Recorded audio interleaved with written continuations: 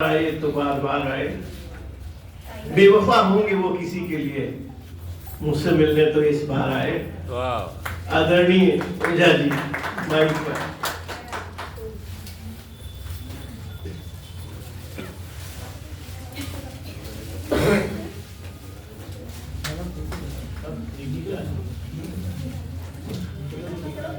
बात की शुरुआत में मंचस्थ मनीषियों और सामने बैठे हुए साहित्य अनुरागियों से क्षमा याचना से करूंगा। मैं चला तो था कि यथा समय पहुंचूंगा, लेकिन कुछ ऐसी परिस्थितियां थी। एक तो रेलवे क्रॉसिंग का फाटक टूट गया, फिर एक टेम्पो वाले ने राह दिखाई कि भाई इधर से जाइए, तो कीचड़ में गाड़ी फंस गई। फिर कुछ गूगल जी ने बचाया। बहरहाल मैं साहित्य और पत्रकारिता के क्षेत्र में ब्रिटिश हुकूमत की चूल्हे हिला देने वाले पांडे बेचन शर्मा ओग्र जिनकी धरती चुनार से हूं,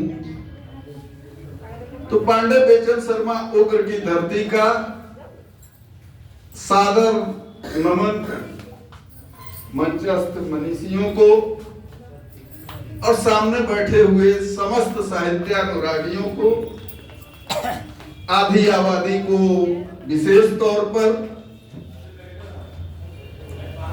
भाभी जी आपको अलग से सादर प्रणाम।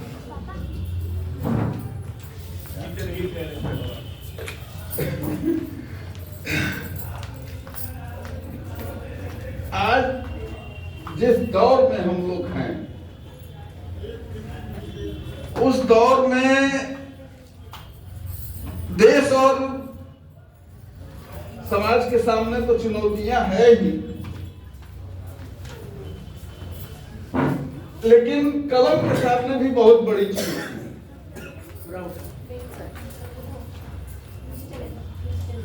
बल्कि समाज से ज्यादा चुनौती कलम के सामने है।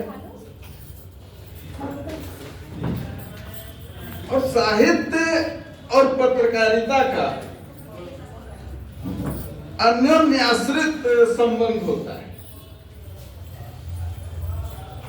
आप उठा करके देख लीजिए इतिहास, स्वतंत्रता का इतिहास उठा करके देखिए। जितने भी अग्रगण्य स्वतंत्रता संग्राम के योद्धा थे, वह सभी साहित्य की जमीन से भी थे और पत्रकारिता की जमीन से भी।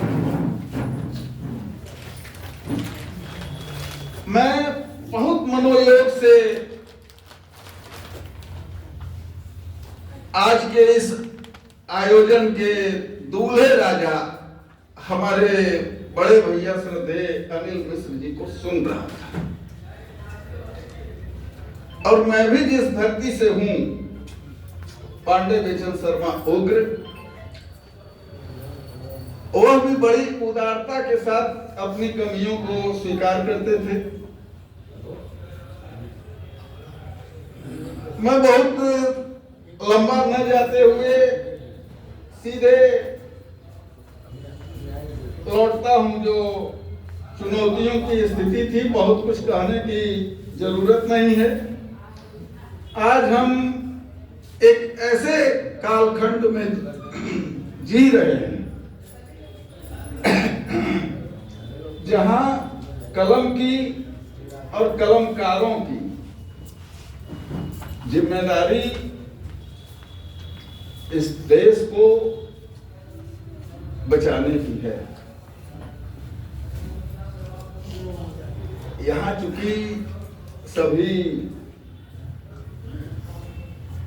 इस समाज को दिशा देने वाले लोग मौजूद हैं। एक बार नेहरू जी संसद की सीढ़ियों पर लड़खड़ाए, तो उन्हें राष्ट्र कवि दिनकर ने संभाला था और कहा था कि भाई जब जब सत्ता अपने पद से फिसलेगी तो कलमकार थाना। और आज हम जिस दौर में हैं उसमें सत्ता फिसल ही नहीं रही। उसे मैं क्या कहूं, पाताल लोक गमन की उसकी यात्रा है और हम सारे लोग तमाशाई बने हुए हैं। तो मैं पांडे बेचन शर्मा उग्र की धरती चुनार की तरफ से कलमकारों से विनम्र निवेदन करता हूं कि आज कलम और कलमकारों के समक्ष जो चुनौती खड़ी है उसके प्रति थोड़ा सा जागने की जरूरत है। बात रही औरत की, मैं आदरणीय रश्मि जी को सुन रहा तो वह दौर गया, अब आजीवन हाय तुम्हारी यही। उस दौर से आज की नारी बहुत आगे है। और रहा सवाल इस औपन्यासिक कृति के विमोचन के सारस्वत यज्ञ का,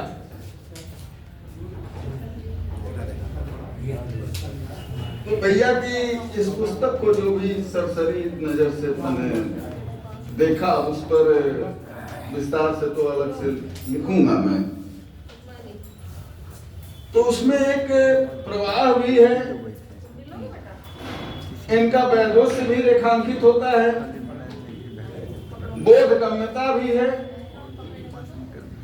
भाषा और शिल्प में एक अद्भुत समन्वय है और एक बहुत सहज भावभूमि पर इस औपन्यासिक कृति का आपने शब्द चित्र खींचा। इसे जब आप पढ़ेंगे तो आपके सामने लेखक का संवेदनशील किरदार तो रेखांकित होता ही है, लेकिन उस कृति के सारे पात्र आपसे संवाद करते हुए मिलते हैं। और जो एक जनरेशन गैप है और संक्रमण काल है, तो संक्रमण काल से विद्यार्थी जीवन भी अछूता नहीं है।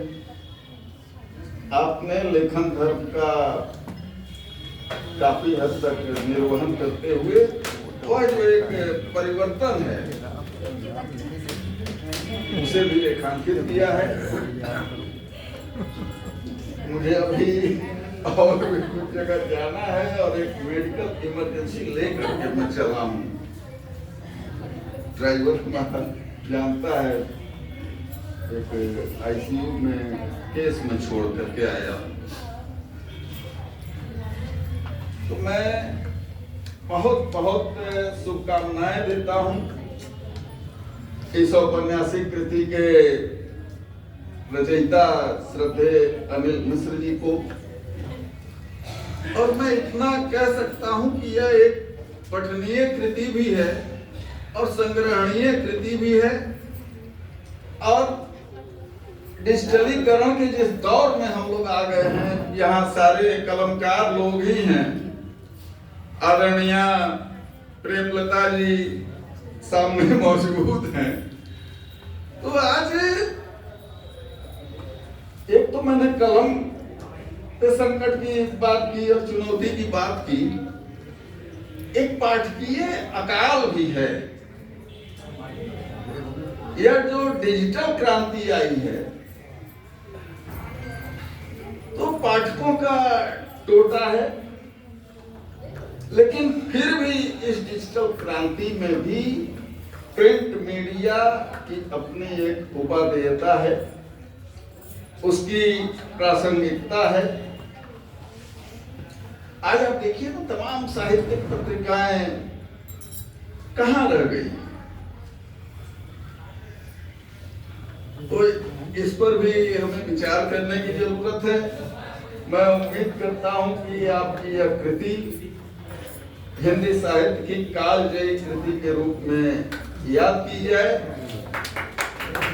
और अपनी बात समाप्त करने से पहले एक बार फिर विलंब के लिए सर झुका करके संबंधित मंच से और आप सभी से क्षमा प्रार्थी हूँ।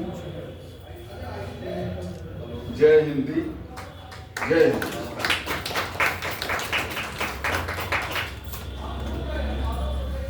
बहुत बहुत धन्यवाद।